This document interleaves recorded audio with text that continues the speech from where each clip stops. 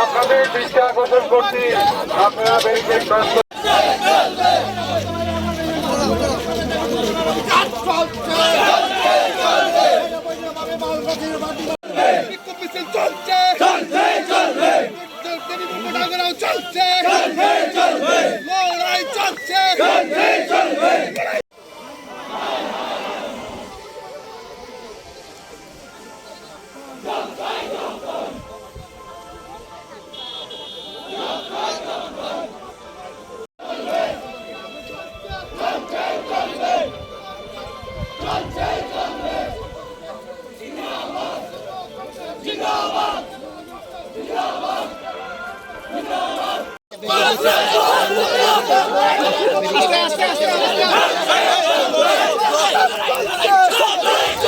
বাংলাদেশের সীমান্ত এলাকায়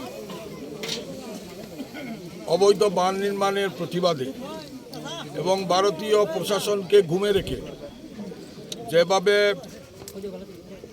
আলীনগর থেকে শুরু করে চাতলাপুর পর্যন্ত মধ্যে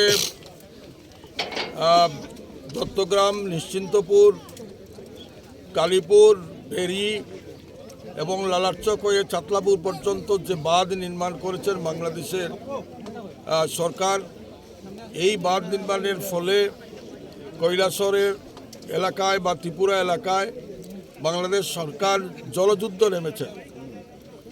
এই বাঁধ নির্মাণের ফলে কৈলাসহরে ভয়াবহ বন্যা সংঘটিত হবে।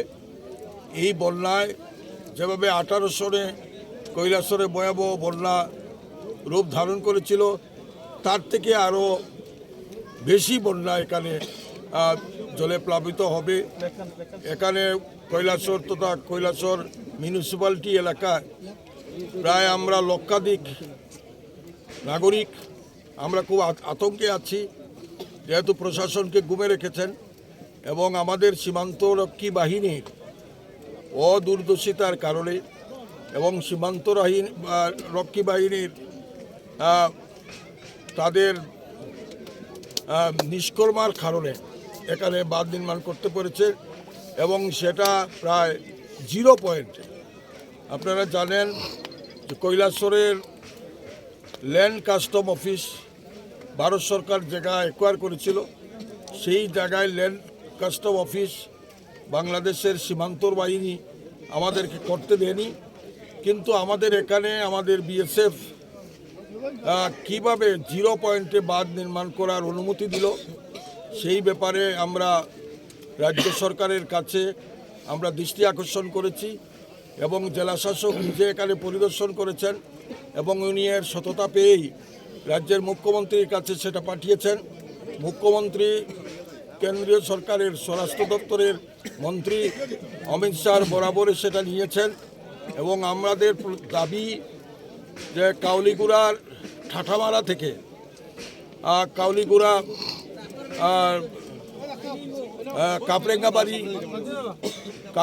কাপরেঙ্গাবাড়ি, গোবিন্দপুর,